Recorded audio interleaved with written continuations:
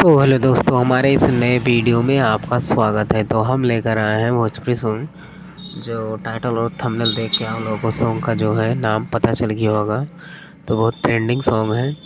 तो वही सॉन्ग का एप्पल पे प्रोजेक्ट एंड नो स्टेक देने वाले हैं, जो जीएमएस में रिमिक्स किए हैं हार्ड बेस में। और चलिए सुना देते हैं कि आप लोग क्या क्या यूज किए हैं, और चलिए सुना देते हैं कि हमारा रिमिक्स कैसा है। बाकी कमेंट करके बताइएगा कि कैसा लगा कैसा नहीं। अगर अच्छा लगा तो ज़रूर कमेंट करना, नहीं अच्छा लग रहा तब भी आप कमेंट कीजिए। तो आप ईयरफोन लगा लीजिए या ब्लूटूथ लगा लीजिए। चलिए आप लोगों को सुना देते हैं।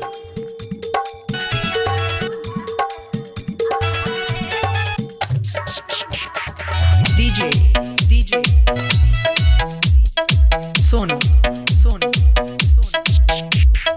Music DJ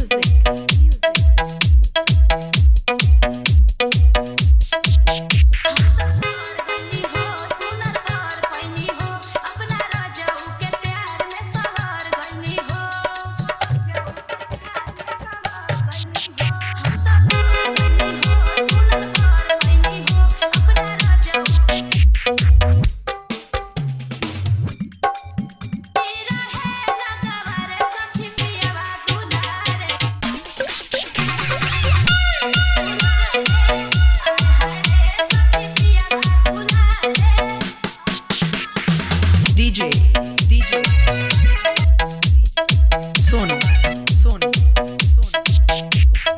music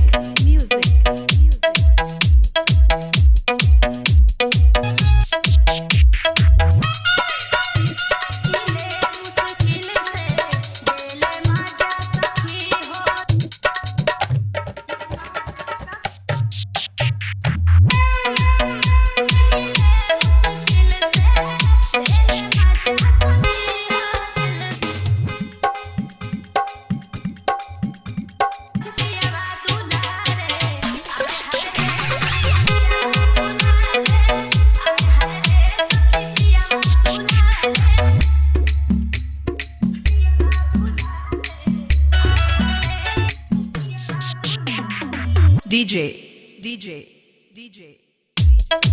Sonu DJ Sonu music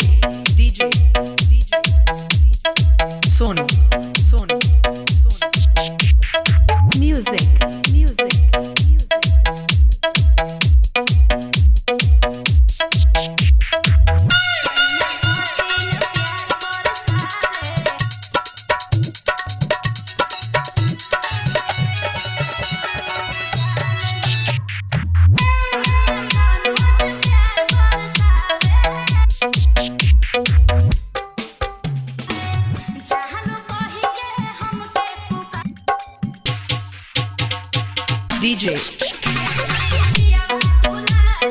Sonu music मस्कानवा बाजार। दोस्तों, हमारा रिमिक्स कैसा लगा हमें कमेंट करके ज़रूर बताना। भाई जो म्यूजिक है वो म्यूजिक बंद किए थे, नहीं कॉपीराइट क्लेम आ जाता। तो आज के लिए बस इतना ही, मिलते हैं नेक्स्ट वीडियो में। तब तक के लिए नमस्कार दोस्तों।